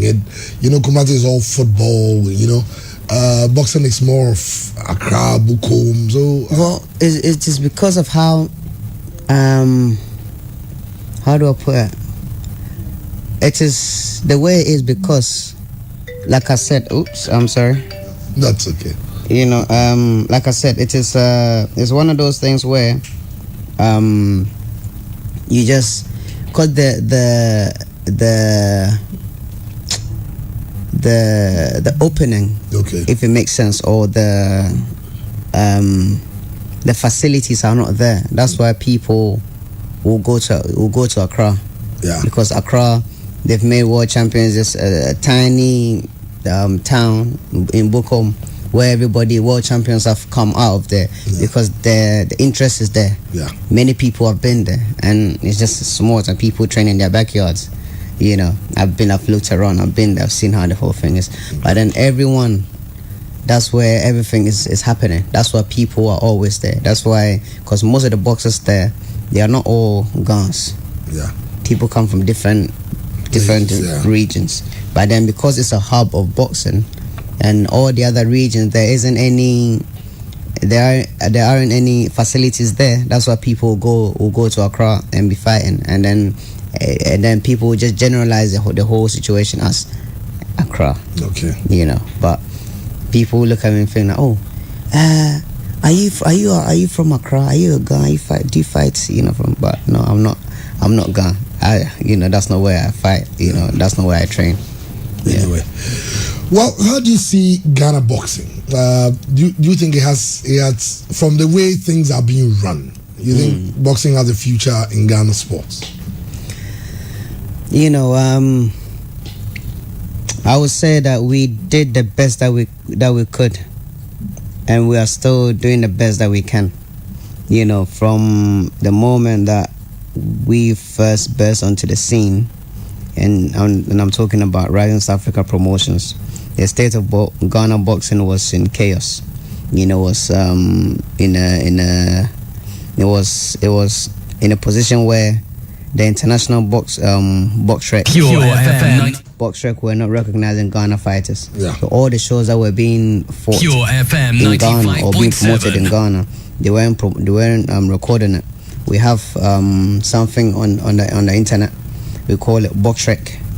In box rec. Box rec. Okay. Yeah, that's where you find every fighter, their profile, how many fights, when. More like boxing records. Exactly. Okay. So that's where you find it. But then there was a time that they were not recognizing Ghana fight. They blacklisted Ghana boxers, the whole of Ghana, really and truly, because there were a lot of things that were going on, you know, behind the scenes, and you know, by God's grace and by the hard work that we put into Rise Africa Promotions, you know, the phone calls and the letters and everything that we did, you know, we're able to you know, change that, able to change it, and you know, now it's in a good spectrum, but you know, things are slow. We be out of form because of the pandemic. Yeah. You know, because we can't really put on shows like how, you know, it was before. Okay. Alobi, you was some 2 minutes to wrap up.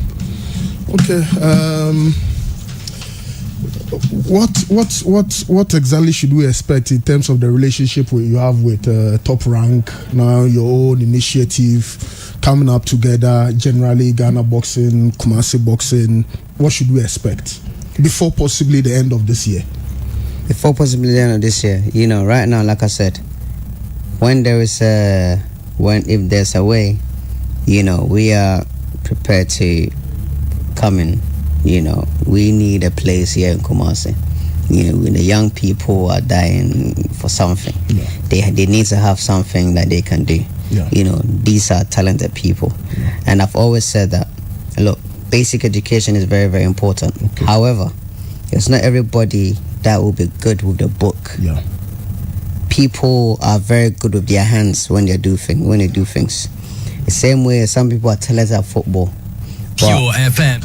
The strong people, not everyone has the heart or everyone has the chance to actually put their strength to good use. What do you do? Boxing is a way to actually put people in certain places that will really uplift them, put them on a different pedestal. Very well, and I'm sure the guys at the National Sports Authority located at the Barbara Sports Stadium are doing the listening, and they will be grateful to have you at the office while you start discussing about, because we have a lot of amateur boxers around here in Kumasi. Oh, really? Oh, yes. They train every morning. It would be an honor to meet a few of them. Oh, yes. I'm sure the guys will be so excited to see. They'll train. I'm sure they'll train tomorrow morning or later this evening. But are you done with your degree? You took a break to complete your studies. Are you done? You know, I do have sports and exercise diploma and engineering diploma. Okay. However, you know, I'm still yet to go to university. Okay. You know, but you can't really. One thing I've come to learn is that when you're trying to do a lot of things all at once, boxing is something that takes a lot of time. Yeah. And at the level that I'm at right now, you know, it needs full concentration. You can't have divided attention. I mean, I believe that I can go to uni anytime. You know, I'm looking forward to doing a specialized course in something that I enjoy doing. And so right now, you know, the focus is on boxing, the focus is on building something that it can be there. So when I'm in school, I don't need to think about, oh, I need this or I need that or what's going to happen or what's this, what's that. Yeah, I need to put things in motion. Yeah. So even when I'm not there, everything is still going, it's circulating. Yeah, great. Okay. Well, that's about it. But how soon are we seeing you back in the ring? I mean, you know, right now a lot of things depends on, you know, the outcome of this pandemic and also on the outcome of how quickly people are ready to get on board, you know, with Rise Africa promotion. Okay. You know, and like I said, you know, my marketing team, the Rising Star, you know, anyone listening can contact them via Rising Star Africa marketing at gmail.com. Okay. You know, I want to fight in Ghana real bad, you know, because over the years we had a few fights in Accra and, you know, in Ghana, but not in Kumasi in particular. Okay. You know, like I said, it's time for me to also bring that vibe here in Kumasi also, because I know that the people, you know, in the same way people travel from Kumasi to come to Accra to support, it's now time for me to bring Isaac Dugbe and Rise Africa Promotions here in Kumasi. Well, Kumasi would love to have that. Thanks so much for your time. Thanks for coming. Pleasure. We really appreciate it. Yeah. Okay, I tell you for your name, Isaac the Royal Storm Dugbe na tuchen komono.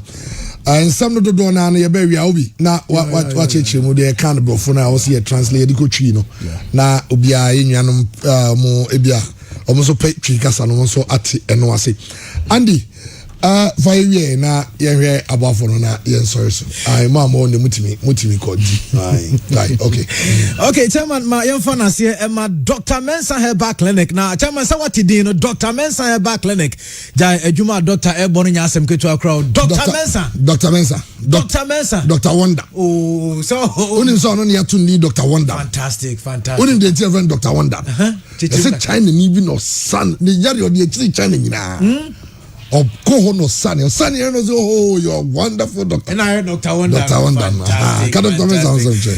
Dr. Mensa see and can check Ghana for you. I say, Yari maintenance and Casa Duco womb there be. Yarian found co womb. Set with stroke and a to diabetes. I how be hepatitis B. And also, I bet now will be Swakwa and co. I walk Motiawarimusa and Bama, the Tennessee Unsonagene, won't me any oba Asia. Sounds so and oba won't so be out to me Coscama name so back conceivino, won't me and what you will be asthma. And I feel or skin radiano send you to a Nayabasa.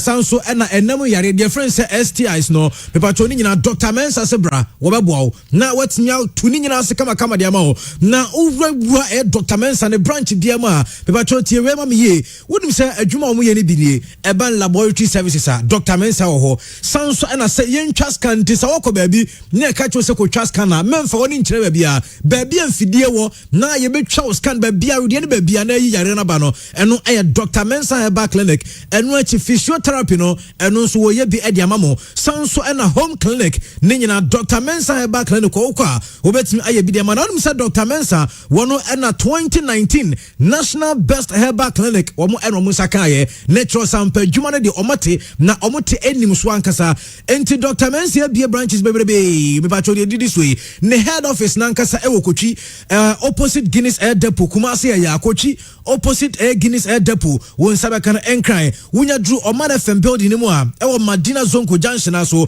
won sabaka Samson akaswa eno so Dr. Mensa ho wunya koko Florida ubenya no takra de obekwa koto Dr. Mensa wunya drew takwa Samson asunyane eno achi sehi jenase ena fe dunko onofe Samson ena goes new lorry park ho obekwa koto Dr. Mensa ehon so omobo adwuma mebacho Dr. Mensa Mondays to Fridays ebono nso ekosi no numa nwumre no ye adwuma Saturdays and Sundays no so ekosi no miensa no apon je number we na Fred Dr. Wonder sesia nani neni komo 0249 58 768 0249 58 768 and I say 0209 500 273 0209 500 273 wo fresh sound numbers na Dr. Mensa Dr. Wonder nipa ba ko beje so na yare nyina watimi abo atimi aso ano kama kan ade ama o sanso na weekend we enkofo lazimia mu ena no pass o konkofo offices a wotun sampa shoe na show mu no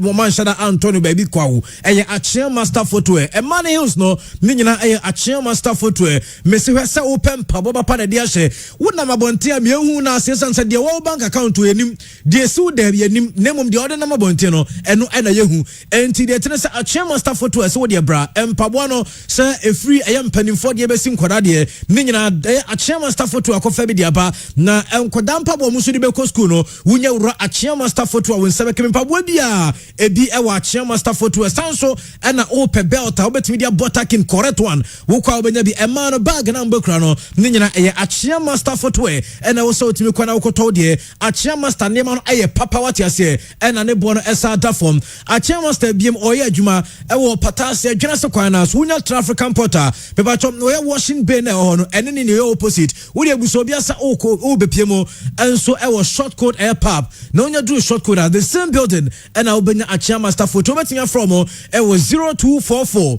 391 140 0244 391 140 from neno muni nkobo bibia be kama enso de amao Rock Clinic Limited akofa nupa de abedwa so Rockman anase when Pacum capsules ni bi mepa to ma unsanka bi wate Pacum capsules was said be bia bi say be sexual weakness and how anase we den male impotency premature ejaculation say be ma onu be hia se si ana ne ho aba hu hia Pacum capsules ni bi let me Pacum pe na o ye be ma wonu ma ade a cha wo don sapem wo bosam mpomi ni o wasa akofa Genicure 442 echesa e ma ne de no entima no Genicure ho eso edema oba opeso sesi ahimfio na bibia etimi akoye de ma se busumi arasa busumi so sana ukonfikira wonhyada ehu niema ye wotun se duru babi kra oba timi dua na sa akoye bibio ho eye Genicure 442 ema hoche na ba na ni etimi age ya sa de rock garlic mixture so de aba me se covid times we no e wo so boost your immune system enti immune booster no ye friend rock garlic mixture nya bi sanso eno bia okase anansi acheme be ba cho da bia ye kase anansi onko police da anansi onko soja da oye da echo be ba cho eye rock garlic mixture ne wo so nya bi na timi ama moja na timi flow kama eno achi wo usisi Edding Poso Benanti, a rock garlic mixture, no way, no, a rock Limited at a diaba, so all Peruat Miatua, Winya drew Alaba Babu Station, Sikosi Carifiano, Yano Eddie Diadam here, Samson and Cry, a Denta Pantine Johnson, a Dana Care TV woman, over Baba to Madina, Post Office at Rebocho Road, one Sabbath Miaka, Samson Alco Pharmacy Shops, any chemical shops, a herbal shops, one Sabakan will be Frere 0248 88 5040 0248 885040 wonso onsabeka bi mame fanto onim se ene urom ewo FNT na onso akode oye wadanse ho niema bebacho FNT pe ena omoto nchense dan a eye papa enchense dan a ebe chade ama ho enchense dan a ema wodam enyache enchense dan a nsuo to anya afi na wode niema be so nso wodam eye FNT na akofa aba bebacho kwana kwajibi open adoa wode boba na ko straight enko na abu bebacho eye FNT ena di nyina ade aba na FNT si enkancho be senim kawabo ansana wupeja dan nesi wo entuba ye more flexible payment donor obetimi dia tuatua sanso ene ye more 10 years warranty ne ma na obetono eno eche so person be estimation ye be ya ma free ye nyo kapre ye ntise nkofo na akwa no massage ska for estimation ye nya sa de tie oba ye ma free ento obi a ope MSL roofing wo pe IBR wo pe stone coated anase MSL nails ni bi ni nyina standard aluzincs no FNT akofa bi dia ba be ba to ye ne ma ni nyina every Japan and after Germany and the Diaba, your airport turnabout, Wachitanko Junction, Wofre 0574 000 304 0574 000 304 FNT was a classy touch, was a expensive look. Never be at my camera. Ready vitamin C plus zinc. Every yellow and orange pharmacy. Na chairman Algene de Daho. Just a weekend way and one boy Friday no cause Andy me reading asa na me chairman now read do man say only me nyi bi wo down breno and who say yes read the chairman jatum read the vitamin vitamin C plus zinc vitamin C any de zinc afran ya one tablet pe na unya yi na ode atunso e dissolve ya na wabo wade se wo pese wo boost immune system ana se wo ye bema wo ye oba wo sexual libido form e betimi rise na de ama se wo so wani no anya problem bia e dey try e ready bi enu achi wo tanya cold flu na sekata e wo se wo dey ready wo so wo pese wutimi boa na ekrotu na kontem no e ready vitamin C plus zinc we no e sugar free entebusuan chamfa enkoda no bi mpanifo no bi enu ne se wakoba bi eto aduro bia na wo so atimi akwa akwajo de enu achi na say Fruits Enterprise enso se yenkanche Ghana nyina se still gogusu ni Christmas promo no Christmas na twam ama Easter ba name na say ono onaida esan so pese Ghana ni bia hoto no enti sabre ya wotimi nken se Samsung TV and ope Nasco TV Media TV ana sem na de LG TV brand bia ope no wodo ni beche na say Fruits Enterprise na watimi akwajo de na say digital TV satellite and smart inch ben and ope from the smallest inch and you see the last inch no na say so de bra obema obi atimi ato ha enya no nkwa no ton se ope fridge oye cold store ope na de HS freezer ope deep freezer sakese na say bra de ope bia obema obi enu achi oye operate supermarket ope display fridges ni bi na say bra o hye nyema na obi ehu de kom na sanso chele ne kama me ba ton na say Fruits Enterprise na ton blenders and a washing machine with stove no wo kwajo de microwave rice cooker home theaters cylinders any machines are de pam nyema no me nyina efri na say Fruits Enterprise na wakwajo de kama na woto a na wasanso acha wade de piso enti kettle blender iron any t-shirt no when sabeke bi or Roman Hill wo friend no 0247 766 289 0247 766 289 when sa enso betimi aka no Dr. Lawson one ana e de law care minister ediaba na law care minister say enam yare ati se gono syphilis ni nyina Dr. Lawson say konakwaje law care minister ni bi ebetu ase one time the amount Delayman capsules so say 5G MMA drone no MMA nkwa na enom Delayman capsules say ope men vitality and answer sexual weakness low sperm count and answer prostate air problems no Delayman capsules na also to me kwaje na emano so kwaje Lawson Herbal Mixture ni bi Lawson Herbal Mixture pepacho eno no obia so timi no bi say ufra adwuma bedru fie general body pains ohonam ye oya and answer malaria and a herbal confitura no obia tonka koko ni nyina Lawson Herbal Mixture and was ogibi mepacho eno ne mapanti ato apete wo ko ba bia to aduro bia won sabeka bi green light medical pharmacy staff AMC upon air chemical Homestar Cap 2 and as a Cap Herbal Capital 2 and afi Edusa Herbal nyina kwa wo banya bi ufra 0202 675778 0202 675778 wonsa enso betimi akabi mamen fanto onim sem Trade Winds Chemist akofa nupa e de abana Trade Winds Chemist so de womo eye branda ya ji wo matum essence say manufacture nupa de e Trade Winds Chemist me bato so benu adra hunu ba bia e free Trade Winds Chemist womo e de for pain tablet ade aba say uti edwa gaga wachiri kasa ene ye oya anasa fever e for pain tablet me bato enkoda de e for pain syrup enti koda womo te ya obi anu amane for pain syrup ne bi de tablet e ya man penifo no syrup no enso e ya sa de man koda ya sa ko for Trazol 500 enso de aba na we no e ya busonsunsun no ye fle ne family e de wema enti kwajibi ye won tablet and afi ne suspension penifo ne nom tablet no na enkoda nso anom e suspension no say ye pin we hwepuam large one we na afi hukom won fa wani enwom nemum say unya Trazol ni bia ne bebo etimi akela omu nyina kama Redos cough syrup enso adwaso Redos baby Redos junior Redos adult say oba wa code na sekata enu bi ene so otimeje leading pharmacies chemical shops and pharmacies nyina no wokwa unsu benya bi so pa machira kwaya eja industrial area wo mo eben CCC na onu wo etimi akwa akodi nkomo sanso ena Western Diamond Travel and Tour Western Diamond Travel and Tour penifo so se enka nkyeremu nyina se ye de mu tukwan me pa cho adwuma ba hot cake enti Qatar Dubai Saudi Arabia eho ene de moko na wakwa akoye adwuma nti Brazil sia bra je number na from mo se sia sanso ena wo pese akoye adwuma ewo eye Canada ene Norway eho nso abeche brane mfa nko wo pe visa de akọ USA Australia anaasɛ European country bia mu yɛbɛyɛ deɛ ma san so pɛ Schengen a sɛ wokɔ Germany, Italy na afei Holland woba nso a yɛgye ama with ease ɛno akyi sɛ wopɛ sɛ wokɔsua deɛ ɛwɔ US, Canada ɛne all over the world a ɛno ne sɛ wafrɛ saa number we now ne Western Diamond for adi nkɔmmɔ ɛyɛ 0279 714603 0279 714603 wɔn ɛwɔ asuyabo a edwom nkwanta ɛboa kɔkwan na so wɔn nsa ɛbɛtumi aka ɛyɛ Western Diamond Travel and Tour na ɔmo nso atumi aboa kama Dr. Grace Bodu ɛwɔ Grace Gift asoyɛ Dr. Grace Bodu wɔn ɛna stroke ɔte ahaban to fam wɔsi gyina so ɔbɛgyina so bɛwie no na stroke ne ɛkɔ diabetes, hypertension, hepatitis A to E, ulcer, skin infection, typhoid fever, malaria, prostate cancer ɛna afei prostate enlargement ɛno akyi penis infection ɛno nso mɛma no ehia paa ɛna afei penis enlargement exclusive vaginal steaming ɛma no wɔsi mo mmara no wɔnyɛma mo syphilis ɛna afei fibroid yan wɔtu ase awoɔ nso no doctor ɛtene tɛde ma mo ɔde ɛyɛ yɛ akasa ɛhahama no ɛna ɔde ɛsa arenti obi amfena ne nkyɛn mu ɛwɔ Oshim School Junction Barakasi Road ɛna ɛbua kɔkɔ Florida Gulf Filling Station nkyɛn wa wɔbɛkɔ na Dr. Grace Bodu ɔmo na pamfo atena se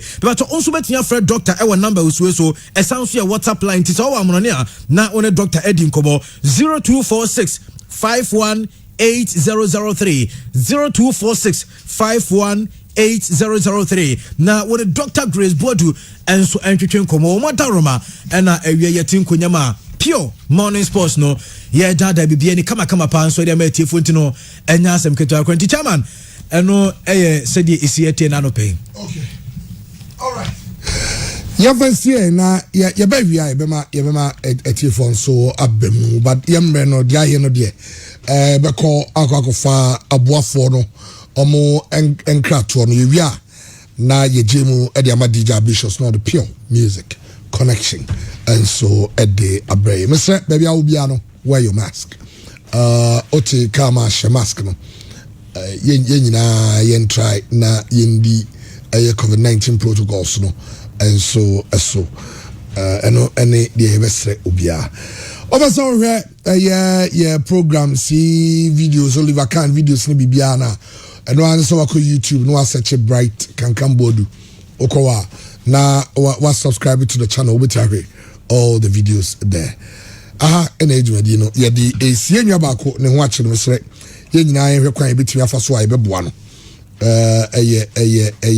eye important and you say dan ho asem de na ya ade bia ye nwa bako ono no mamehwe ade no yi okay yes say that also here single room self-contained around Santasi and Abrofiedu honum na ordinary quotation can also be the way to be 200 or 250 Ghana a month or you okay with that trimester wa wo bi no no answer be friend number 0249 804921 0249804921 na ene enwa no eni nkomo na boano pa next set constructions for ye chi obi o bia ye chia obi o bia so okay and unse bakery be very big our tech side o omope workers omope experienced baker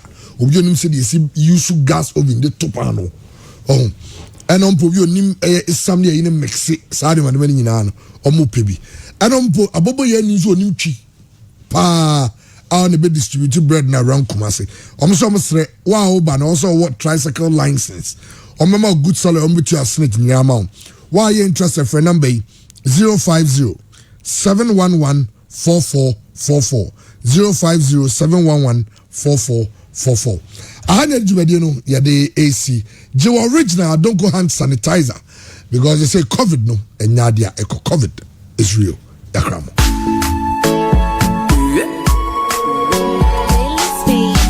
I didn't want if you are in cry a second. Nancy, no